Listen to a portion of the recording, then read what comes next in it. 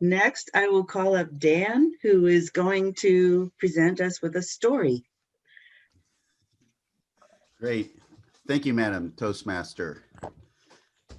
Summer camp in New Mexico, Navajo country. Many, many years ago, I was just a young whippersnapper teenager. One of our counselors, his name was Greg, wanted to lead a small group of us to go on an overnight. I had never done anything like this before.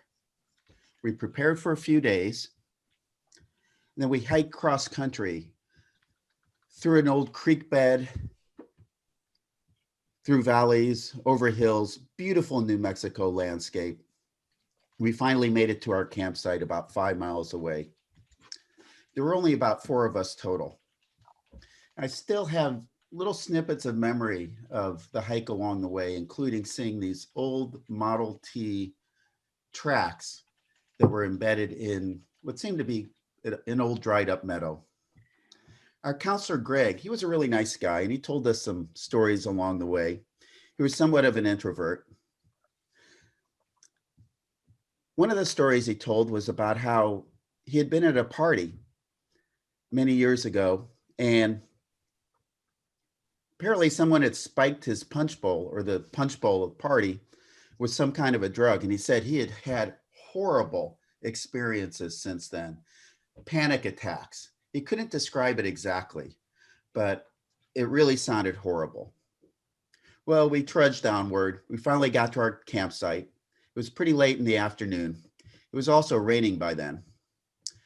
And it felt really good to get our tent set up and to cook our big number 10 cans of beans on the fire and eat away. It really felt cozy. It really felt good.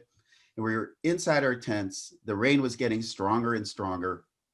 And it just felt so good being so nice and comfy with the rain just inches away, but not getting us wet, of course. And just when we were feeling, or just when I was feeling most cozy, Greg mentioned that he was beginning to get that feeling about him. Moments later, he said, "We have to get out of here." No one asked any questions. We all knew what to do. We just started packing up in the rain, put our ponchos on, and started trudging back. We went back through those valleys, back over those hills. That dried up creek bed was now had a torrent of water rushing through it. We were hopping along the rocks, staying on the sides, doing everything to avoid any dangers, and we made it back. We made it back safely. And I don't recall ever talking about that incident among friends or anybody throughout the rest of the duration of that camping episode. We're often told that we ought to experience things for ourselves. I think this was a great example in my life of learning from the experience of other people, because I never tried drugs like that, believe me, and I never would. And I think that Greg's story, I like to think that he may have told it to other folks and probably kept a few people away from doing things like LSD and whatnot. Back to you, Madam Toastmaster. Okay. Oh, thank you, Dan.